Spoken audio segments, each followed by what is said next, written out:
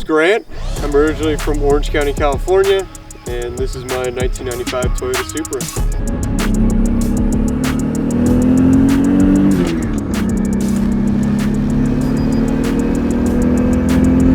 Yeah, this is a factory twin turbo car. It was originally an auto, later swapped over to a R154 5-speed with the Mullen crawler upgraded internals on the transmission. Other than that, I kind of bought it how you see it today. The only thing I've changed were the wheels here and the interior bits, so the steering wheel, these seats. I also put some later model 97, 98 headlights and taillights on it. And then a couple of tweaks to the engine bay. Did a traction control delete, HKS charge pipe, and yeah. Okay. So right now it's running a full BPU setup on the car. In Supra terms, that's just full bolt-ons.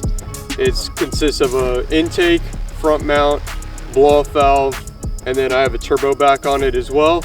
Combined with a Blitz Boost controller and a boost cut defender, it makes about 18 pounds of boost, give or take, so it's about 400 at the wheels.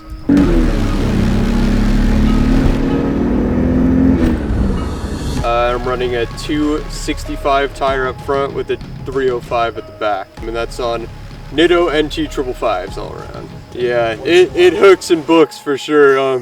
You know, I tried doing a couple donuts in it once. It doesn't want to unstick itself unless you really try. So, well, that's not what this car is for. This is my cruiser car. I cruise the car shows down PCH, whatnot. So, I wasn't chasing quarter-mile times or half miles with this car. It was just clean, period correct build, something I can drive and enjoy that's got a good amount of power. It's not gonna, you know, explode at any point.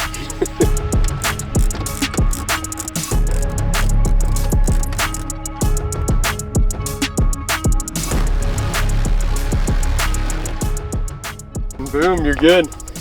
So when you're watching the Fast and Furious and Paul, like, you need a little ratchet and a tool. Unless you had so if you're watching the movie, it's not realistic. It's more effort, a lot more effort than just shoving it off the top of the car.